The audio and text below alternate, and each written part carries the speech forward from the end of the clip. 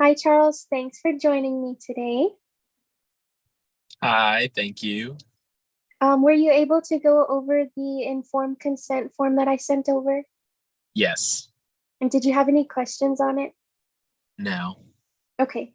Then before we begin, I just want to let you know that anything that we talk about today will be confidential, but there are some limits to that confidentiality. The first is that if you have any imminent threat of danger to either yourself or others. The second is if there's a case of neglect or abuse to a child, a vulnerable adult, or the elderly. The Okay. last one is that if there's a court order, then I will need to break confidentiality for that. And then another piece of information is that I'm a supervisee under Dr. Ocampo for my counseling class, which is CAP 240 at ASU. And then this video will be recorded and submitted to her for grading by either her or one of her teaching assistants. Okay. Does that okay? Yes. Okay. Any questions about anything so far? Nope. Okay. What would you like to talk about today? I think just my lack of um like just unwillingness to pursue things. Sometimes I feel like I get stumped and I don't want to pursue something further. I kind of just hit a roadblock. Hmm. Is there anything specific that you think that you don't want to pursue? Um, it's not that I don't want to pursue things, it's just I get to a point where I'm not motivated Hmm. and I don't understand why. Hmm. For example, like I want to go forward with learning how to code and start a new job. And I've been at in times encouraged to do it and like super pumped to do it. And then there's just a roadblock where I hit where I'm like, things are just a little too hard, so I'm just gonna stop and give up. Hmm. So it sounds like you do want to have that push to go forward to try those things, but there's just something that's stopping you from doing it. Yes. Okay. Have you been able to find things to help you kind of get over that hump of not being able to continue? Yes and no. So like I've started doing stuff. I'll work with a program. When it gets too tough is when I kind of stop. I'll start something new and I'll actually enjoy it, a different program. And then again, there's just at some point where I just kind of lose that motivation and the willingness to do things, Mm-hmm. like to push further past it. Mm-hmm.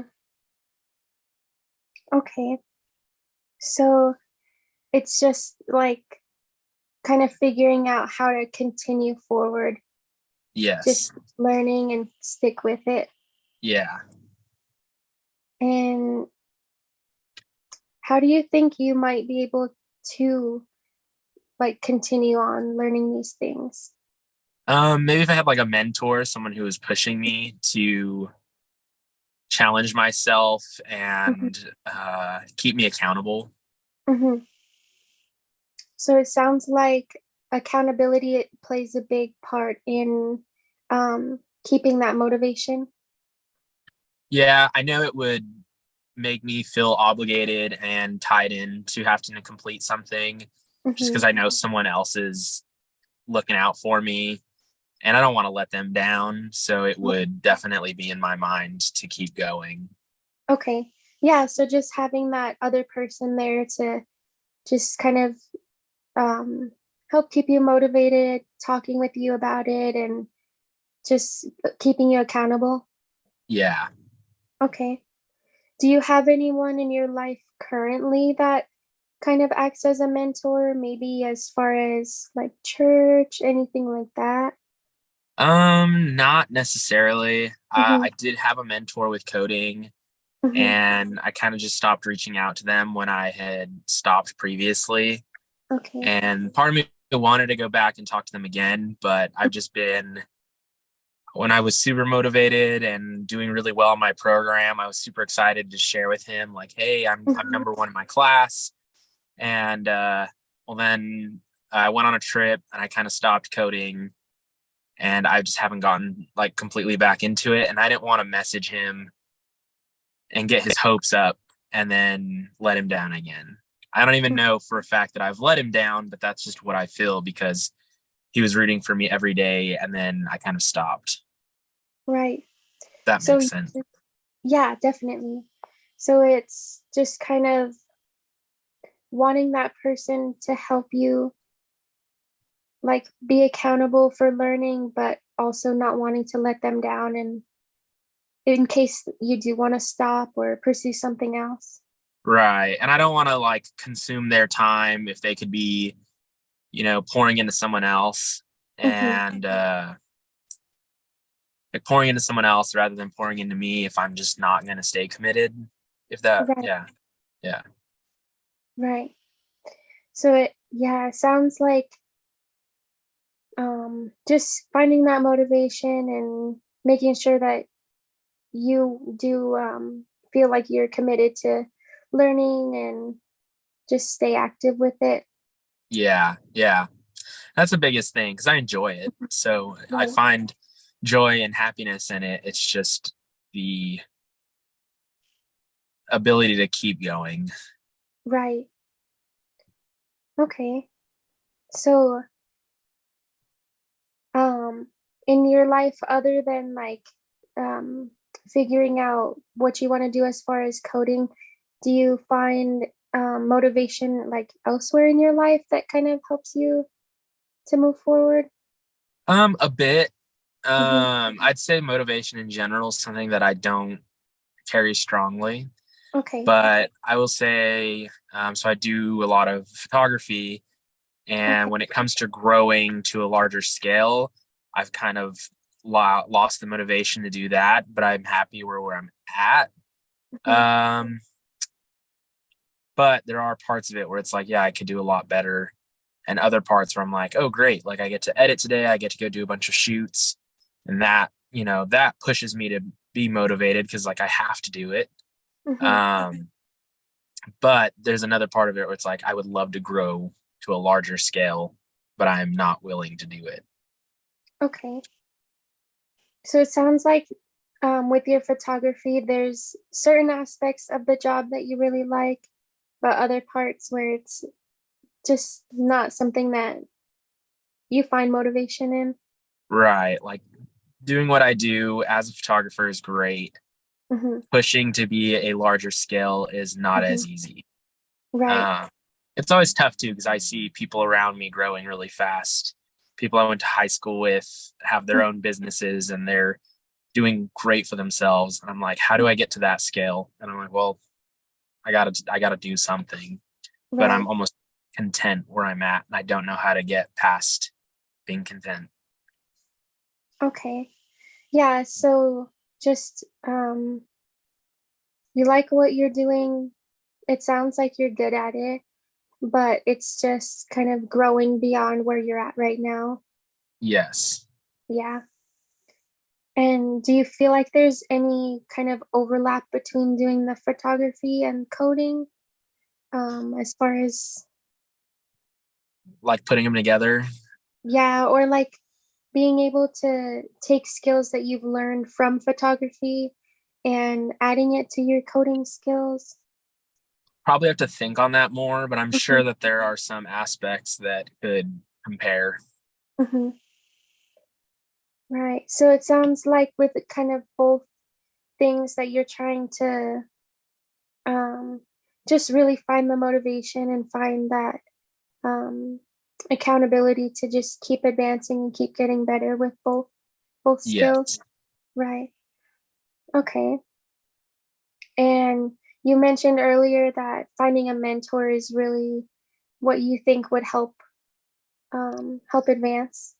Yeah, because I know I have someone to lean on, ask questions, but also, keeps me from wanting to not disappoint somebody. Right. So you mentioned just kind of not wanting to disappoint them or let them down. Yeah. Yeah. And that would really play like the biggest part in finding that motivation to keep going. Yeah. Okay. And that the person that you were talking with before about doing the coding, you just didn't reach out to them because you didn't want to feel like you were disappointing them if you didn't want to keep going. Right. Yeah. Like I didn't want to get them excited that I was jumping back into things and doing really well and then just kind of stop communicating again. Mm-hmm. And even with having that mentor that does keep you accountable, um, why do you think you do want to like stop doing it at times? I just don't have the want to just work on it. Like I'd rather do something else or relax after working all day. And so, yeah, part of me is just like, I'd much rather sit down and watch a video Mhm. than sit through and work on my coding. Oh, That's where like there's that lack of motivation. okay. Just kind of feeling like you need some time for yourself after working all Right. day. Okay. Right. But I Okay. also want to continue to grow and push myself to learn new things. Right. Do you think that um, that there's any ability for you to kind of split your time up better? That way you are able to work on both things and have time for yourself? Or, I'm definitely sure there is. I think it's always just hard because my schedule is so inconsistent. It looks right. different every single day. Um, but I'm sure in some way or some form I could, at least allot 30 minutes a day to work on something like that and Mm-hmm. like push myself a little harder. Mm-hmm. Yeah. So just setting aside that specific time to work on those things, work on coding, and that way once it's done for the day, you're fine and you can relax for yourself. Right. Hmm. Do you think that maybe if you set up that kind of scheduled plan and talking with your mentor about it, that might be something that would help you? Yeah. I mean, honestly, I could do it in the mornings before the Hmm. day starts. That way I don't have to think about it later in the day. Right. Because my mornings are a little more consistent. Hmm. But then, yes, maybe actually reaching out to him and let him know. Yeah, definitely. Just kind of, again, making sure that you know that you have that specific time, that he also knows that you have this time, and then the rest of the day is kind of just going um, based on whatever schedule changes that you have, and then Yeah. making sure you have time for yourself. Yeah. Okay. Yeah, definitely. All right. So, just to kind of summarize everything that we talked about today, um, it sounds like you were just kind of feeling unmotivated and feeling like you needed just someone there, a mentor, to help you push through that feeling of unmotivation um, to just get better at the skills that you're wanting to learn, advance, and possibly setting aside specific schedule in order to do so. Yeah. Okay.